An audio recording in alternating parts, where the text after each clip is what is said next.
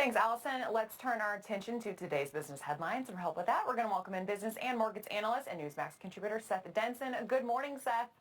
Hey, Alex. Good morning. Good to see you. Good to see you. All right, let's start with the markets like we always do, which finished up yesterday. And this morning, futures are down slightly ahead of the opening bell. Let's get right into it. Mortgage applications have fallen to the lowest level since 1999. The mortgage rate hit 6% for the first time in 24 years. All right, Seth, what is causing the housing market to slow down? Interest rates. That's it. The Fed fund rate continuing to go up, and the prediction that it's going to go up is causing interest rates to go up. So let's just break this down.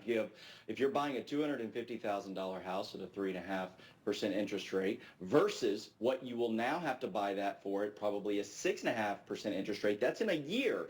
Your payment has just gone up $500 a month on a $250,000 house. Now, what does that mean over the life of a 30-year note? That's over $150,000 of additional interest rate on a $250,000 house. So buyer beware. Again, the benefit you might have is that the price of houses is coming down from its overly inflated price. But what we say all the time, right?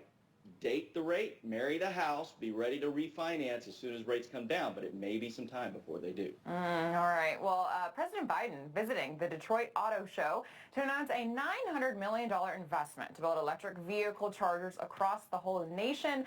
Seth, will this be a good thing for Americans? What are your thoughts?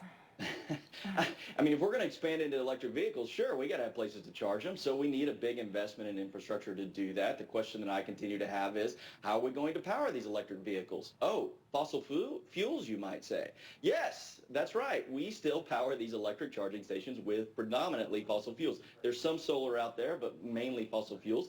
I'm all for this shift into the expansion of electric vehicles, but we also must look at where we're powering those vehicles from and be real with ourselves about the necessity of fossil fuels in the United States today and likely into the future for quite some time. Well, let's stick with electric cars because Ford is now asking nearly 3,000 dealers to invest $1 million into improvements to sell more electric vehicles as the company looks to take the EV crown from Tesla. Seth, does Ford have what it takes to take over Tesla? Alex, you know I'm a Ford guy. I'm a big fan of my Ford company. That being said, they got a long way to go. Tesla is predicted to produce about 1 million electric cars this year. Ford, about 15,000.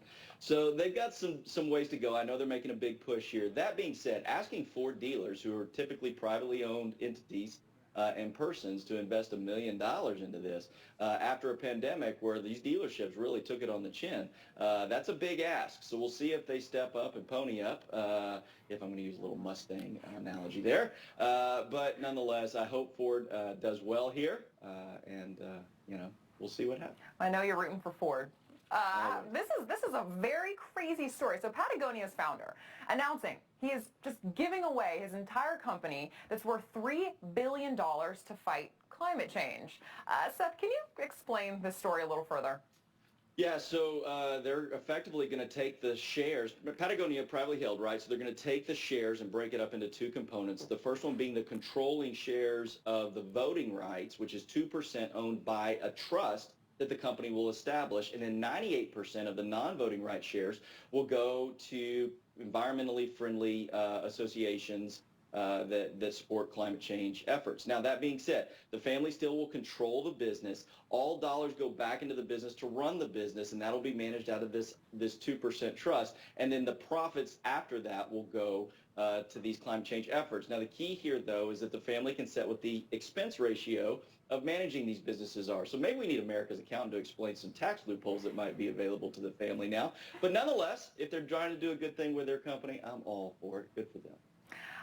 Well, there's a day for everything. Today is National Double Cheeseburger Day. We know you're our Burger King guy. Interesting, because Burger King is now adding an everything bagel burger. Seth, I know you love Burger King, but do you love this idea? Quickly. Well, I like Cheetos and I like ice cream too, but I don't think I'd mix them.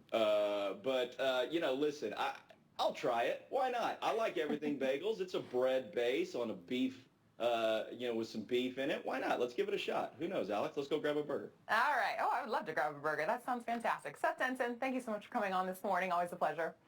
Thank you. See you tomorrow.